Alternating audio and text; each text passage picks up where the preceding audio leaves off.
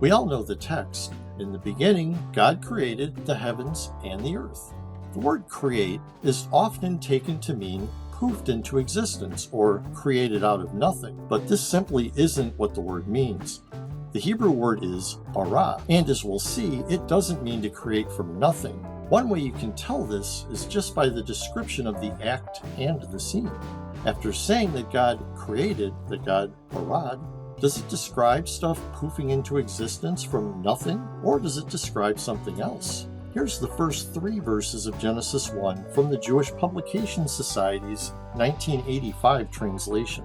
When God began to create heaven and earth, the earth being unformed and void, with darkness over the face of the deep, and a wind from God sweeping over the water, God said, "Let there be light," and there was light.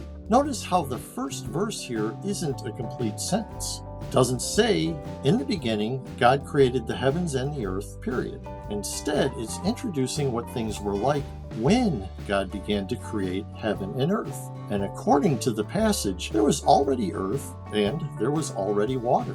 And then the rest of the chapter describes God making stuff by separating things, and so on. This context alone is sufficient to show that bara doesn't mean to create from nothing, but there's also how the word is used elsewhere.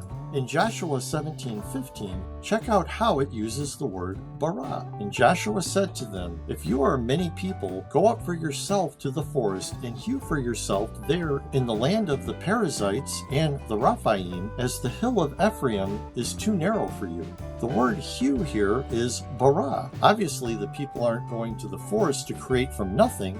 They're going to chop down trees. Hew can mean to deliberately cut, but it can also mean to make something by cutting or chopping, or separating it out from raw material. And that's what we find in our next passage. "And you, son of man, mark out for yourself 2 roads for the coming of the sword of the king of Babylon. They must go out from the same land, and hew out a signpost, hew it at the head of the road of the city." So Ezekiel is supposed to hew a signpost, and the word for hew is, again, bara. Obviously, the signpost wasn't poofed into existence, it was made by chopping it out of wood. Let's look at one more example.